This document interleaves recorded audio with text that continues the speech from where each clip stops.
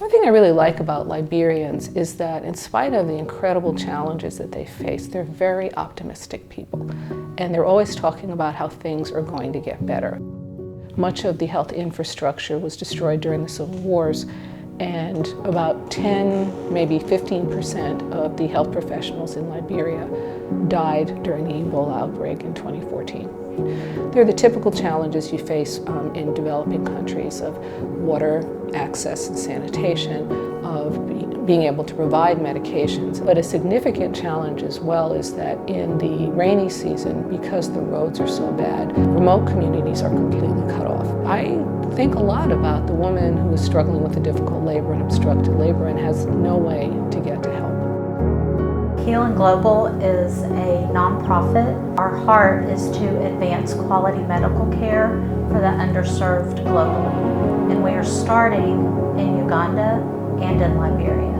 We are drowning in a sea of resources here, and we are a conduit for the vastness of the need. So the vision that Healing Global wants to carry out is to start off with a group of 3 clinics moving out into very rural areas that all connect to a mother clinic. As those clinics become more able to serve their communities, they also now have the capability to transport patients, and then the mother clinic has the ability to triage them to a main hospital.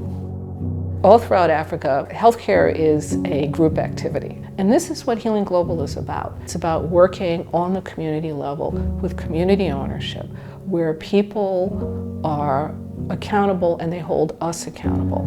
And so we start with relationships. We want to come in as partners, we want to come in as learners, but we've seen the need, and because of that we feel responsible to start where we are. There are 3 ways that we hope to partner with communities.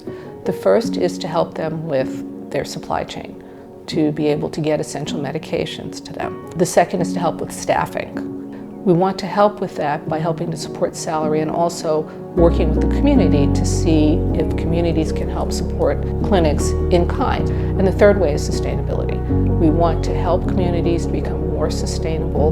That reduces the pressure on the hospital. The hospitals and clinics can then do more of what they want to do because community health is taking care of the other issues. We know that together that we can do that, we can reach that goal and see the impact in real lives. We can see people whose lives will be saved and people here who feel alive because they're a part of something that's much bigger than they are.